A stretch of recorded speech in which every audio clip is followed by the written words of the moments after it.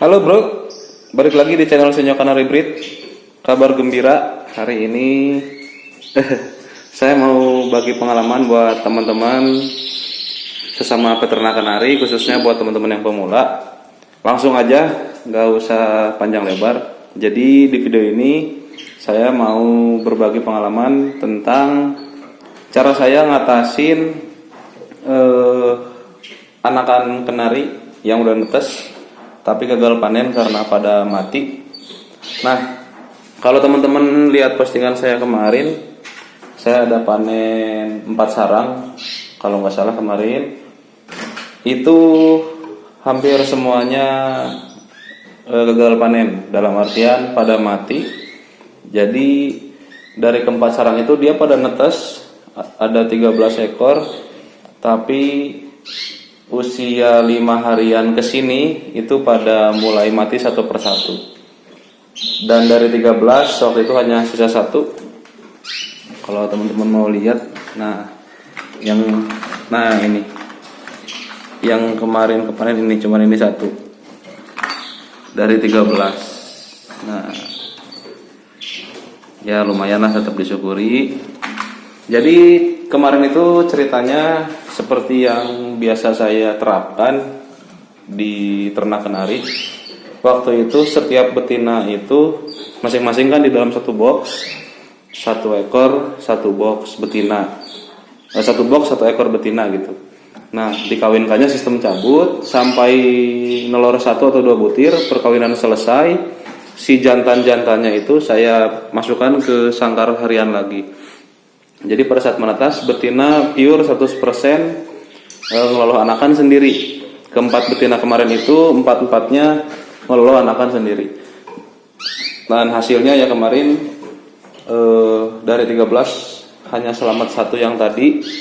Nah, yang sekarang puji syukur teman-teman, ini ada yang ini kemarin mati juga anakannya. Dia netes 3 mati semua.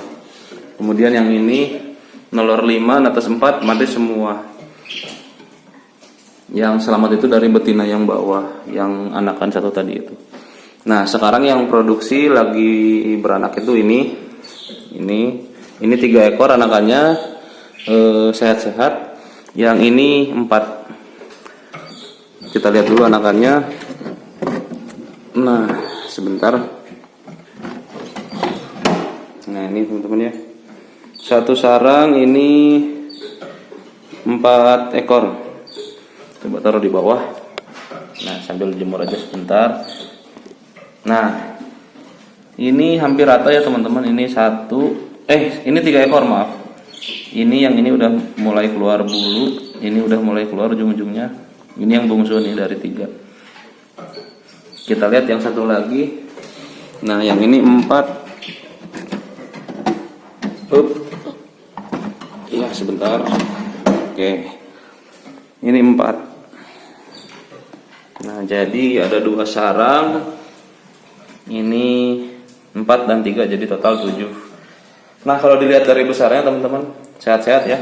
Ini saya yakin aman sih, bakal landing sempurna 7-7-nya. Karena dilihat dari besarnya rata, yang ini juga rata. Kemudian kalau saya cek gitu ya, kali-kali saya cek, si temboloknya keisi terus. Kalau yang kemarin prediksi saya pada mati itu karena si betinanya pada saat sudah hari kelima netes mulai pada nggak mau ngeloloh. Nggak tahu karena faktor cuaca jadi betinanya pada ngedrop atau faktor yang lain, tapi intinya gagal kemarin ya. Nah, yang sekarang itu kenapa kita bisa lihat anakannya sampai sebesar ini kurang lebih 2 mingguan usia anakannya. Kenapa bisa sehat terus ideal lah ya. Dan saya bilang tadi yakin ini mudah-mudahan 99% akan landing sempurna, akan kita panen nanti sampai ke mereka mandiri. Karena metode yang saya terapkan sekarang, saya tanam si jantannya. Jadi begitu si telurnya mau pada netes, 2-3 hari sebelum netes itu si jantannya itu, pasangannya itu saya masukin lagi ke box. Yang ini juga sama, ini sepasang jantan betina, yang ini udah tua-tua dua-duanya. Nah, hasilnya langsung terlihat berbeda ya teman-teman, hasilnya signifikan karena si jantan ini ngebantu ngeloloh. Saya juga eksperimen pertama jantan ini saya masukin ke sini. Puji syukur pinter banget jantannya ngeloloh, bahkan lebih rajin dibanding betinanya. Jadi kebantu banget sama si jantan ini. Ini pun sama. Jantan ini udah 3 tahunan. Ini perdana saya tanam di dalam box. Ternyata ya puji syukur dia ngebantu betinanya ngeloloh juga. Jadi si betinanya malah agak santai gitu. Biasanya saya sistemnya kan kawin cabut. Jadi begitu udah nelor 2 atau udah 1 gitu, si jantannya udah saya masukin ke sangkar harian. Karena si jantannya akan dipakai lagi ngawin ke betina yang lain. Nah, kebetulan saat ini si jantannya ini nggak terlalu harus banyak kerja, dalam artian nggak terlalu banyak ngawin ke betina yang lain. Stok jantannya di sini cukup lah, ada beberapa ekor, ada 4, yang ini 2, ini 1, ini 1 yang akan masuk ke proses kawin berikutnya. Nah, jadi untuk teman-teman mungkin bisa jadi solusi khususnya buat teman-teman yang pemula ya. Kalau misalkan jantannya dan betinanya punya satu-satu sepasang, udah ditanam aja kayak gini. Jadi dari pertama dijodohkan, dimasukkan, ngawin gitu ya, terus dia nelur, terus telurnya beres sampai telur terakhir, misalkan sampai telur keempat, udah jantannya biarin aja sampai anakan netes, supaya si betina itu dibantu sama jantan. Mudah-mudahan jantannya juga yang pintar-pintar ngeloloh gitu. Tapi pengalaman saya sama, ini perdana saya coba ternyata pintar ngeloloh. Itu juga sama, perdana saya coba, saya masukin di situ si jantannya, puji syukur pintar juga ngeloloh.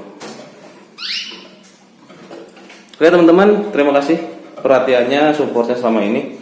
Mudah-mudahan video ini bermanfaat, khususnya sekali lagi untuk teman-teman yang pemula, apalagi yang selama ini punya stigma bahwa ternak kenari itu susah. Enggak, selalu gampang. Kalau kita mau ngulik pasti ada solusinya. Jadi kayak kemarin pun di sini udah biasa ternak, tetap aja ada jong. Tapi saya coba eksperimen, puji syukur solusinya dapat. Sukses terus ya teman-teman ternak kenarinya. Terima kasih dari saya dan happy breeding.